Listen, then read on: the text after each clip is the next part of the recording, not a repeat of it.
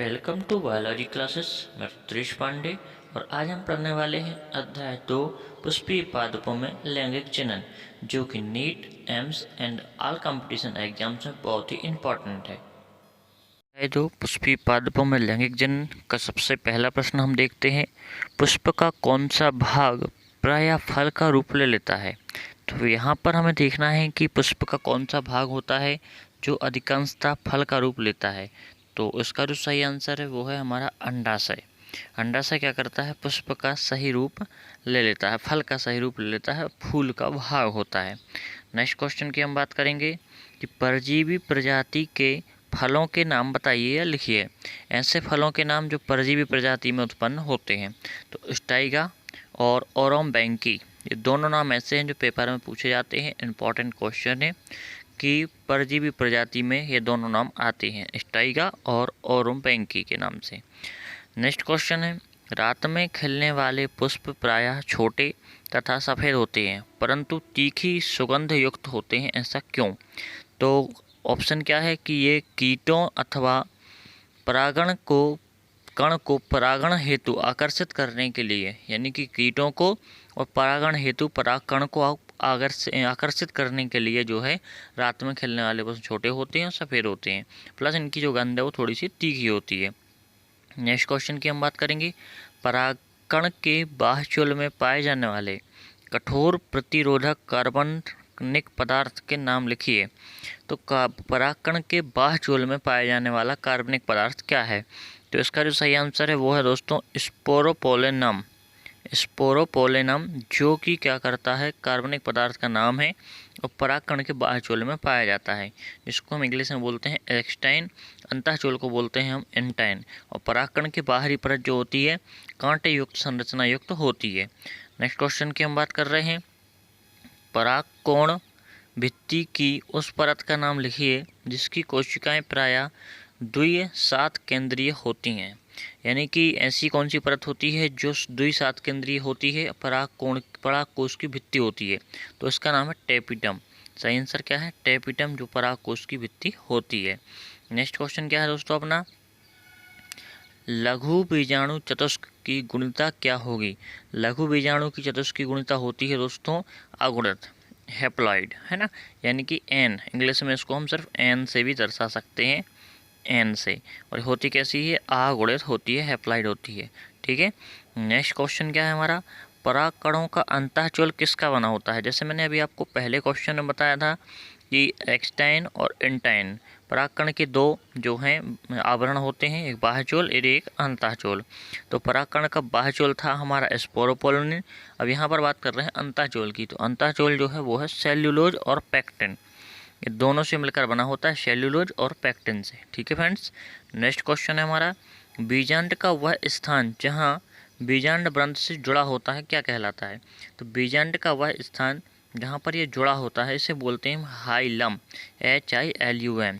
दोस्तों ये hilum word जो है बहुत इंपॉर्टेंट है, याद रखना है इसे। तो बीजांड ग्रंथ का जुड़ने वाला स्थान हाइलम कहलाता है। नेक्स्ट क्वेश्चन है हमारा, किसी अनुमूल्य परागणी पौधे का नाम लिखिए। ऐसा कौन सा पौधा जो परागणी पौधे के अंदर आता है? तो कोमेलाइना। याद रखना दोस्तों, ये भी इंपॉर्टेंट क्वेश्चन है। कोमेलाइना अनुमूल्य परागणी पौधे का नाम है। नेक्स्ट क्वेश्चन क्या है, जलकुंभी में किस प्रकार का परागण होता है? दोस्तों मैंने आपको बताया है कि परागण 3 प्रकार का होता है, सॉरी परागण तो होता है 2 प्रकार का, स्वपरागण और परपरागण। लेकिन परपरागण 3 प्रकार का होता है, यानी किसी दूसरे के माध्यम में होने वाला परागण परपरागण कहलाता है। सबसे पहला माध्यम होता है कीट माध्यम, दूसरा होता है जल माध्यम, तीसरा होता है वायु माध्यम। तीनों के माध्यम से परागण होता है। और पहला जो हमने बोला कीट परागण, वो है जलकुंभी के लिए, जलकुंभी में होता है किस प्रकार का? कीट का परागण। नेक्स्ट क्वेश्चन है हमारा, जब आप नारियल पानी पीते हैं तो इस पौधे के लैंगिक जनन में बनने वाली किस रचना का सेवन करते हैं? यानी कि जो हम नारियल पानी पी रहे हैं तो उस पौधे में जो रचना बन रही है उसका हम सेवन कर रहे हैं। उस रचना का नाम क्या है? फ्री न्यूक्लियर एंडोस्पर्म, यानी कि मुक्त केंद्रकीय भ्रूणपोष। जो नारियल पानी हम पीते हैं वो होता क्या है? मुक्त केंद्रीय भ्रूणपोष होता है, जिससे हम उसके अंदर उपस्थित द्रव्य पदार्थ को, यानी कि पानी को हम पीते हैं। अब नेक्स्ट क्वेश्चन क्या है फ्रेंड्स हमारा? तो नेक्स्ट क्वेश्चन है, कोई 2 उदाहरण बताइए जिनके फलों में बहुत अधिक संख्या में बीज बनते हैं। यानी कि बीज तो प्रत्येक फल में बनते हैं, लेकिन ऐसे कोई 2 फलों के नाम बताना जहाँ पे अधिक संख्या में बीज बने दिखाई देते हैं। तो आंसर क्या है, ओरोबैंकी और स्टाइगा। ये क्वेश्चन दोस्तों पहले भी मिल चुका है, ओरोबैंकी और स्टाइगा के नाम से है। तो सबसे पहले हम देख रहे हैं ये ओरोबैंकी और स्टाइगा। अब नेक्स्ट क्वेश्चन क्या है दोस्तों हमारा, नेक्स्ट क्वेश्चन है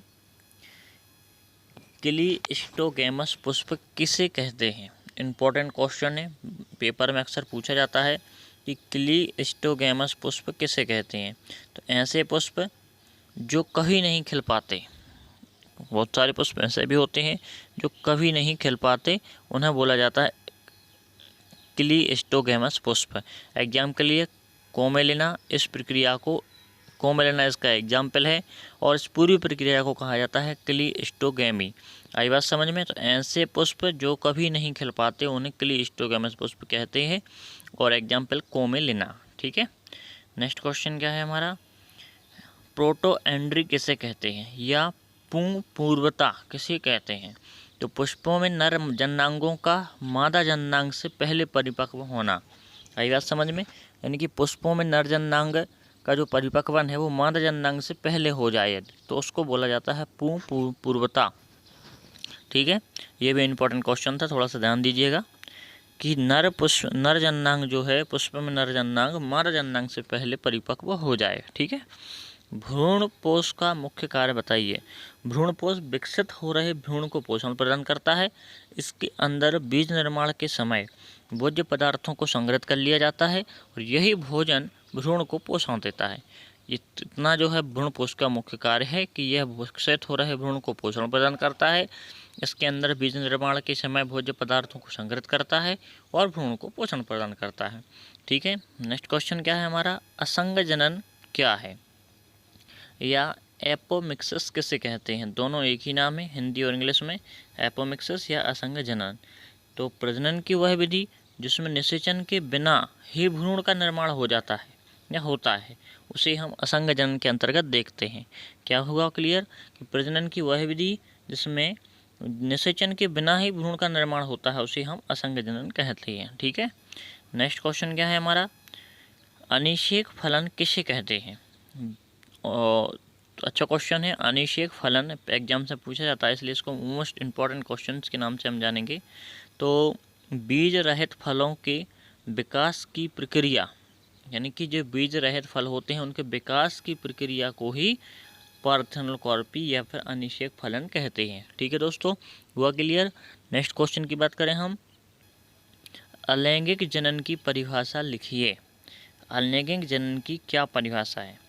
तो यहाँ पर दोस्तों सबसे पहले जनन की 3 विधियाँ होती हैं। कितनी विधियाँ होती हैं, 3। कौन कौन सी, लैंगिक जनन, अलैंगिक जनन और कायिक प्रवर्धन। ठीक है, अभी हम बात कर रहे हैं सिर्फ अलैंगिक जनन की कि इसकी क्या परिभाषा होती है। तो सही परिभाषा क्या है इसकी, अलैंगिक जनन वह जनन है जिसमें या तो जनन इकाइयाँ नहीं बनती या फिर बनती हैं। ठीक है, या तो जनन इकाइयाँ बनती या फिर नहीं बनती, तो बिना अर्धसूत्री विभाजन के बनती हैं। यदि बनती हैं तो किस प्रकार बनती हैं, बिना अर्धसूत्री विभाजन के बन जाती हैं। बिना निषेचन के ही विकसित होकर नया जीव बना लेती हैं। क्या करती हैं, अर्धसूत्री विभाजन के बिना ही बन जाती हैं और बिना ही निषेचन के विकसित होकर नया जीव ये बना लेती हैं। ये परिभाषा क्या की होगी दोस्तों, अलैंगिक जनन की। ठीक है, नेक्स्ट क्वेश्चन है, स्वपरागण से होने वाली किन्हीं 2 हानियों को लिखिए। स्वपरागण से होने वाली हानियाँ कौन कौन सी हैं। स्वपरागण के बाद उत्पन्न पौधों में अच्छी और स्वस्थ गुणों का जो है सम्मिश्रण नहीं हो पाता, क्योंकि पौधा उसी जगह से परागकण निकलकर उसी वर्तिका के ऊपर जाकर गिरते हैं, जिसमें नए गुणों का विकास नहीं हो पाता। पौधे स्वस्थ एवं दुर्बल होते हैं और उन्हें कोई गुणों की संभावनाएं नहीं होती कि कोई नए गुण उत्पन्न हो पाएंगे। तो इसलिए स्वपरागण को थोड़ा सा हानिकारक भी बतलाया गया है। नेक्स्ट क्वेश्चन क्या है, अनिषेक फलन के 2 लाभ बताइए। अनिषेक फलन की अभी हमने पहले परिभाषा पढ़ी थी, अब हम देख रहे हैं उनके 2 लाभ। इसके द्वारा बिना बीज के फल प्राप्त किया जा सकता है। इसके अनिषेक फलन में मतलब बिना बीज के फल प्राप्त कर सकते हैं। और दूसरा क्या है, इसमें परागण के लिए बाह्य कारकों की आवश्यकता नहीं होती, क्योंकि इस जनन में यानी कि इस फलन में बिना परागण के ही बीज बनता है, तो इसमें बाह्य कारकों की आवश्यकता नहीं पड़ती है। तो 2 इम्पॉर्टेंट अनिषेक फलन के लाभ। नेक्स्ट क्वेश्चन है, एक सेब को आभासी फल क्यों कहते हैं? इम्पॉर्टेंट है क्वेश्चन, अधिकांशतः एग्जाम्स में भी पूछने जाने वाला क्वेश्चन है कि एक सेब को आभासी फल क्यों कहा गया है ना। तो सबसे पहले हम देख रहे हैं कि कुछ प्रजातियों में सेब, स्ट्रॉबेरी, अखरोट आदि में फल की रचना में पुष्पासन भी महत्वपूर्ण भूमिका निभाता है, यानी कि जो पुष्पासन वाला हिस्सा होता है वो भी महत्वपूर्ण भूमिका निभाता है। और जिस फल में, इस प्रकार के फल में आभासी फल कहते हैं, यानी कि ऐसे फल जो पुष्पासन भी फल की भूमिका में निभाएं, फल की भूमिका में आए। एग्जाम्पल सेब, स्ट्रॉबेरी या अखरोट, तो इनको हम आभासी फल के नाम से जानते हैं, आभासी फल हम कहते हैं। और अधिकतर फल केवल अंडाशय में विकसित होते हैं। अधिकांशतः फल कैसे होते हैं? जो सिर्फ अंडाशय में विकसित होते हैं, यथा उन्हें यथार्थ फल या वास्तविक फल भी हम कह सकते हैं। ठीक है, हुआ क्लियर। नेक्स्ट क्वेश्चन देखते हैं हमारा। एक आवृतबीजीय पुष्प के उन अंगों के नाम बताइए जहां नर एवं मादा युग्मकोद्भूत का विकास होता है। एक आवृतबीजी पुष्प, एग्जाम्पल में हम किसी ऐसे पुष्प का नाम ले लें जिसमें नर और मादा दोनों के भाग आते हैं। तो नर और मादा दोनों के भाग आने वाला पुष्प का नाम क्या है? गुड़हल, है ना। गुड़हल के कुल का पुष्प कोई जासून का पुष्प समझ लें हम। तो जासून के पुष्प की बात करके देखते हैं कि पुष्प में नर एवं मादा जनन संरचनाएं पुमंग तथा जायंग विभेदित एवं विकसित रहती हैं। पुष्प में नर और मादा जननांग दोनों होते हैं, पुमंग एवं जायंग के नाम से वो विकसित रहती हैं। नर भाग को पुमंग कहा जाता है, जबकि मादा भाग को हम जायंग कहते हैं। पुष्प का पुमंग नर भाग होता है जिसमें क्या होता है? पुंकेसर आते हैं, और प्रत्येक पुंकेसर में परागकोश होते हैं। क्लियर हुआ। और परागकोश के अंदर परागकण होते हैं जो नरयुग्मक कहलाते हैं। परागकण को हम क्या बोलते हैं? नरयुग्मक। जबकि जायांग पुष्प का कैसा भाग होता है दोस्तों? मादा भाग होता है। और इस चक्र के प्रत्येक सदस्य को स्त्री केसर कहते हैं। वहाँ क्या कह रहे थे हम? पुंकेसर। और यहाँ पे क्या बोल रहे हैं? स्त्री केसर। यहाँ पे हम बोल रहे थे पुंकेसर, यहाँ पे हम बोल रहे हैं स्त्री केसर। और प्रत्येक स्त्री केसर के 3 भाग होते हैं। कौन कौन से?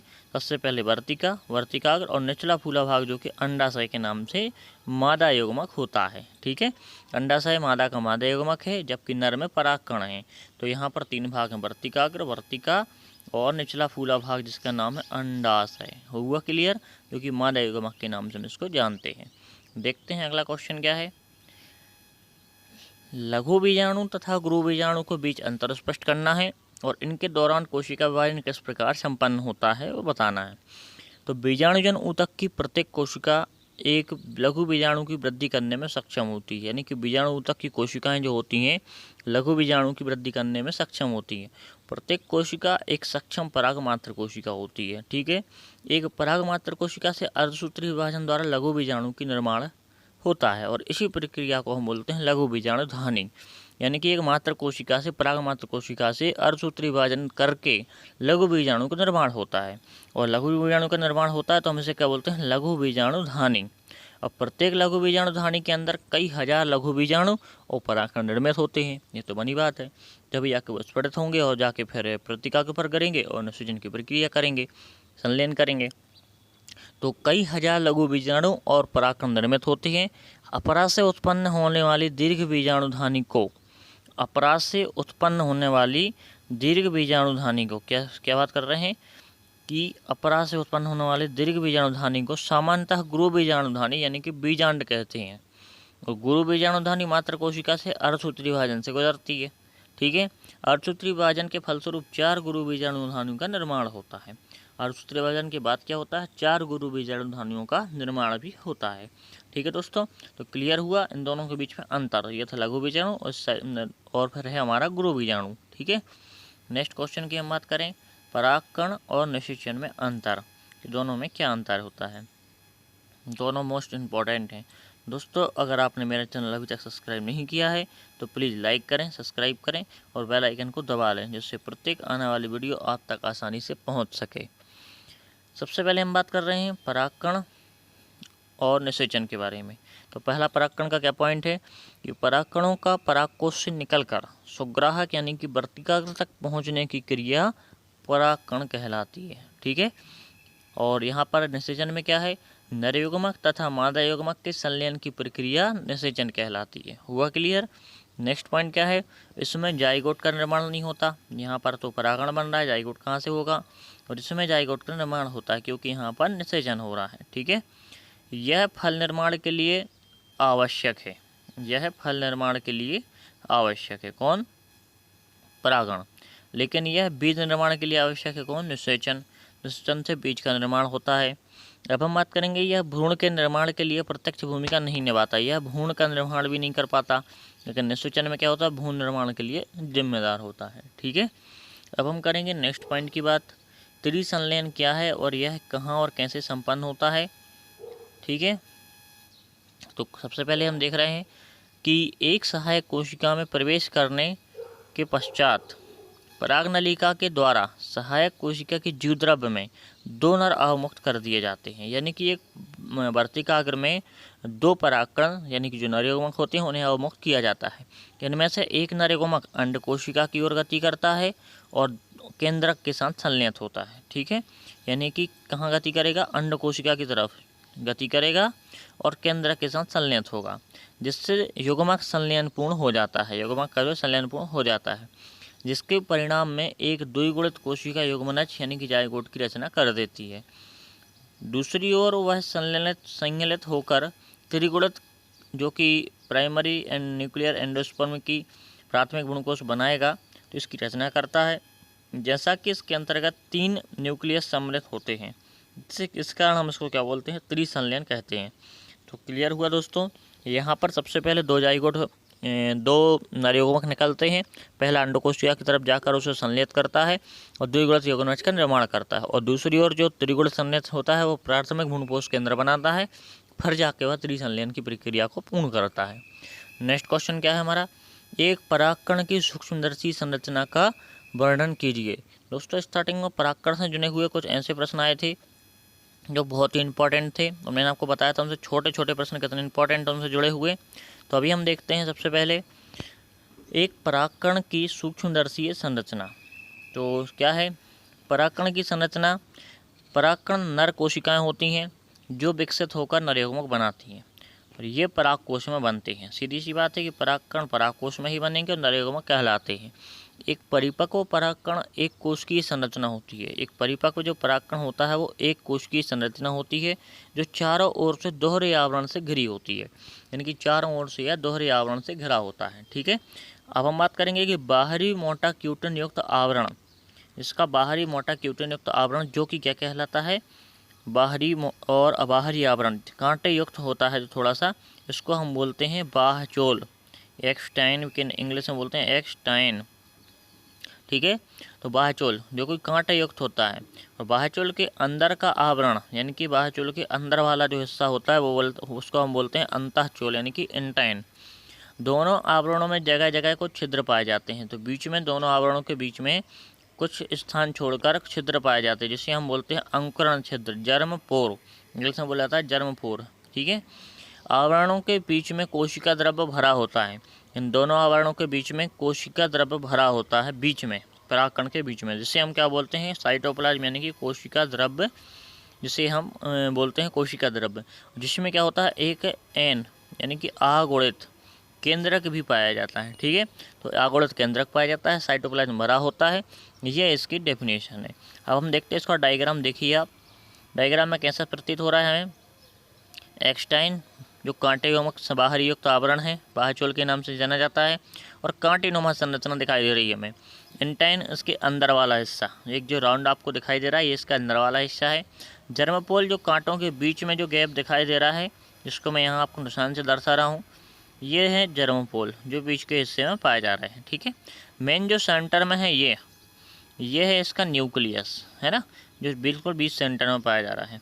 और इसके बाद हम देखते हैं साइटोप्लाज्म कहाँ पर है, तो ये जो दिख रहा है आपको बीच में कण कण जैसा छोटा छोटा ये, तो ये है इसका साइटोप्लाज्म यानी कि जीव द्रव्य। और ये इस प्रकार की जो एक पूरी स्ट्रक्चर बनी हुई है, ये अपनी काय की स्ट्रक्चर है, एक नर युग्मक परागकण की, इसको हम क्या बोलते हैं, नर युग्मक यानी कि परागकण, है ना, ये इसकी डेफिनेशन है। ठीक है, हुआ क्लियर दोस्तों। अब हम करते हैं नेक्स्ट क्वेश्चन की बात, बी पुंसन से क्या तात्पर्य है, एक पादप प्रजनक कब और क्यों इस तकनीक का उपयोग करता है। ठीक है, मोस्ट इम्पॉर्टेंट क्वेश्चन है, बहुत इम्पॉर्टेंट है ये। तो यदि कोई मादा जनक द्विलिंगी पुष्प धारण करती है तो पराग के स्फुटन से पहले पुष्पकलिका से परागकोश के निष्कासन हेतु एक जोड़ा चिमटी का प्रयोग आवश्यक करती है। आ रही बात समझ में? जब कोई मादा द्विलिंगी पुष्प धारण करती है, यानी कि नर और मादा दोनों ही पुष्प धारण करेगी, तो उसके स्फुटन होने से पहले पुष्पकलिका से परागकोश को निकालने के लिए एक चिमटी का प्रयोग करा जाता है। एक जोड़ा चिमटी का प्रयोग करते हैं। इस चरण को, चिमटी का उपयोग करने वाले चरण को हम क्या करते हैं? विपुंसन कहते हैं। ठीक है। और विपुंसित पुष्पों को उपयुक्त आकार की थैली में आवृत किया जाना चाहिए। इन्हें कहाँ करना चाहिए? एक थैली में आवृत करना चाहिए, आवृत रखना चाहिए, जो सामान्यतः बटर पेपर की होती है। ये ध्यान रखना दोस्तों, बटर पेपर की होती है, ताकि इसकी वर्तिकाग्र को अवांछित परागों से बचाया जा सके। तो क्यों लेते हैं बटर पेपर की थैली को? ताकि वर्तिकाग्र को अवांछित परागों से बचाया जा सके। और इस प्रक्रम को कहा जाता है बैगिंग। जब कभी बैगिंग की डेफिनेशन आए एग्जाम में तो याद रखना कि वर्तिकाग्र को अवांछित परागों से बचाए जाने वाली प्रक्रिया को हम बैगिंग कहते हैं। ठीक है। यहाँ पर 2 क्वेश्चन क्लियर हो गए हमारे। यह तकनीक बढ़िया किस्म के पादप विकसित करने के लिए मुख्य रूप से या व्यापक रूप से व्यापारिक पादप पुष्प उत्पादन करने वाले लोगों के द्वारा अपनाई जाती है। जो क्या करते हैं? फूलों का व्यापार करते हैं, पुष्पों का व्यापार करते हैं, उनके द्वारा यह तकनीक अपनाई जाती है। हुआ दोस्तों क्वेश्चन क्लियर विपुंसन का। अब हम नेक्स्ट क्वेश्चन देखते हैं। परागकण भित्ति रचना में टेपिटम की मुख्य भूमिका क्या है? तो परागकण की भित्ति रचना में टेपिटम की मुख्य भूमिका देखते हैं क्या है। परागकण भित्ति रचना की सबसे आंतरिक टेपिटम होती है। यह विकासशील परागकणों को पोषण देती है। और टेपिटम की कोशिकाएं सघन जीवद्रव्य साइटोप्लाज्म से भरी होती हैं और सामान्यतः एक से अधिक कंदकों से युक्त होती हैं। क्या होती हैं? एक से अधिक कंदकों से ये युक्त होती हैं, है ना। अब हम देखते हैं इसका डायग्राम कैसा होता है। देखिए आप, टेपिटम, ये टेपिटम का डायग्राम है। इसमें आपको टेपिटम दिखाई दे रहा है, जो एक राउंड में दिखाई दे रहा है। ये चारों प्रकार से टेपिटम है। ठीक है। ये इसकी संयोजी है, कनेक्टिव करने वाली है इसे धीरे धीरे। ये इसकी पहली त्वचा है, जिसे अंतःस्थ त्वचा के नाम से जाना जाता है। ये इसकी आंतरिक लेयर है ना, जिसे अंतःस्थिसियम के नाम से जानते हैं। और टेपिटम के अंदर वाला हिस्सा जो आपको राउंड में दिखाई दे रहा है, ये है बीजाणुजन। ठीक है। और यानी कि ये पूरा हिस्सा जो है ना, ऊपर ही बताया कि टेपिटम है, तो ये टेपिटम है ना। ये भी टेपिटम के नाम से दिया हुआ है, तो ये सभी टेपिटम है। मतलब जो चारों आपको दिखाई दे रहे हैं, ये टेपिटम है। इस प्रकार से एक स्ट्रक्चर होती है हमारी किसकी? परिपक्व परागकोश की एक अनुप्रस्थ काट, है ना। उस काट को जब हम परागकोश की संरचना में देखते हैं तो इस प्रकार से हमें दिखाई देता है, यानी कि 4 पालियों में विभाजित होता है। एक परागकोश 4 पालियों में विभाजित होता है, फिर उसके अंदर लघु बीजाणु बनते दिखाई देते हैं हमें। ठीक है। अब हम करते हैं नेक्स्ट टॉपिक की बात, नेक्स्ट क्वेश्चन की बात, कि पर परागण से लाभ एवं हानियाँ लिखिए या फिर पर परागण के गुण एवं दोष लिखिए। क्वेश्चन दोस्तों दोनों प्रकार से आता है कि पर परागण से लाभ एवं हानियाँ या पर परागण के दोष एवं गुण लिखिए। नई जातियाँ उत्पन्न होती हैं। सबसे पहला लाभ क्या है? नई जातियाँ उत्पन्न होती हैं। पर परागण से उत्पन्न बीजों से बने पौधे मजबूत और स्वस्थ होते हैं। बीज अधिक संख्या में बनते हैं और फल भी इसकी अधिक संख्या में बनते हैं। ये तो होगा दोस्तों लाभ। अब हानियाँ देखते हैं। पर परागण के लिए माध्यम की आवश्यकता होती है, अधिक परागकणों की आवश्यकता होती है और पौधों के पूर्णतः जो है शुद्धता वो है समाप्त हो जाती है। ठीक है।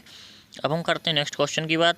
एक बीजपत्री एवं द्विबीजपत्री में कोई 4 अंतर। तो एक बीजपत्री में क्या है? एक बीजपत्र पौधों में पाया जाता है, जबकि द्विबीजपत्री 2 बीजपत्रों में पौधों में पाया जाएगा। और इसके बाद हम देखते हैं, इसमें एक बीजपत्र होता है, इसमें 2 बीजपत्र होते हैं। और खाद्य पदार्थ भ्रूणपोष में संचित होते हैं, इसमें भ्रूणपोष में संचित बीजपत्र में या भ्रूणपोष में संचित इसमें भी होते हैं, है ना। और ल्यूरान की परत पाई जाती है, इसमें ल्यूरान की परत नहीं पाई जाती द्विबीजपत्री में। ठीक है। नेक्स्ट क्वेश्चन देखते हैं हम। एक अप्रारूपी आवृत बीजीय बीजांड की संरचना का विवरण दिखाते हुए स्पष्ट एवं सुथरा नामांकित चित्र बनाइए। इस प्रकार से प्रश्न आता है पेपर में। तो देखिए क्या है बीजांड की संरचना। तो बीजांड अंडाशय की दीवार से एक डंठल व्रंत द्वारा जुड़ा होता है, जिसे हम क्या कहते हैं? फोनिकल।